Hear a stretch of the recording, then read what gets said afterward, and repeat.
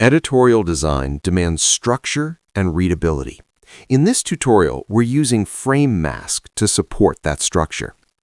Begin by setting margins and columns in your document. Editorial layouts rely on alignment.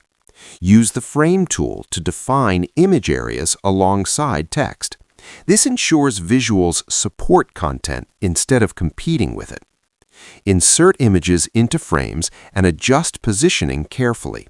The goal is balance, not decoration.